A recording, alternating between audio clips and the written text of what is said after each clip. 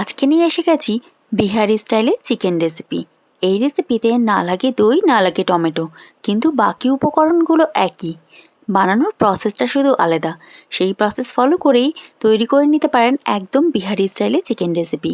খেতে স্বাদ কিন্তু দারুণ হয়, তাই এই রেসিপি আপনাদের সাথে শেয়ার করতে আসলাম। প্রথমে আমি আলু দুটুকরো করে কেটে নিয়েছিলাম।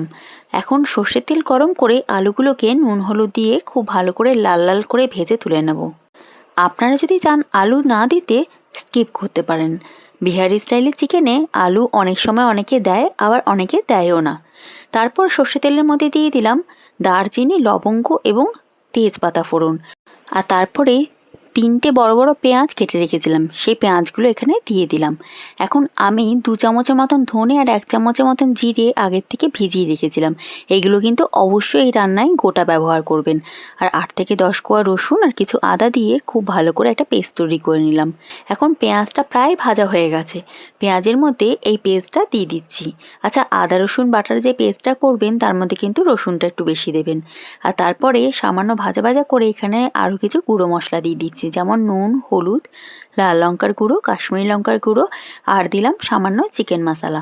চিকেন মশলা মার্কেটে অনেক ব্র্যান্ডই অ্যাভেলেবেল, আপনারা যে কোনো ব্র্যান্ডই নিতে পারেন। আর তারপরে মশলাগুলোকে খুব ভালো করে কষিয়ে নেব। মশলাগুলো যখন একটু কষানো হয়ে যাবে তখন এখানে চিকেন পিসেসগুলো দিয়ে দিন। আমি চিকেন পিসেসগুলো খুব ভালো করে ধুয়ে আগে রেখে দিয়েছিলাম। আমি এখানে চিকেন রেসিপিতে দেখুন চিকেনের লিভারও ব্যবহার করেছি। যে বিহারি স্টাইলে চিকেনের লিভার কিন্তু অবশ্যই দেয়, আপনারা চাইলে স্কিপ করতে পারেন। আর তারপরে খুব ভালো করে চিকেনটাকে কষিয়ে নিতে হবে। চিকেন কিন্তু 80% সেদ্ধ হওয়া পর্যন্ত কষিয়ে নিতে হবে।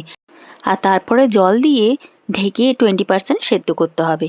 তার আগে আমি এখানে ভেজে রাখা আলুগুলো দিয়ে দিচ্ছি, আর দিয়ে দিচ্ছি একটা গোটা রসুন।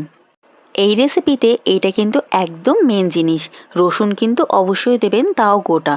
আর যখন ভালো করে ফুটে চিকেনটা পুরোটা সেদ্ধ হয়ে গেছে, ওপর থেকে ছড়িয়ে দিলাম সামান্য ঘি আর গুঁড়ো গরম মশলা। ব্যাস, তাহলেই রেডি চিকেনের এই রেসিপি।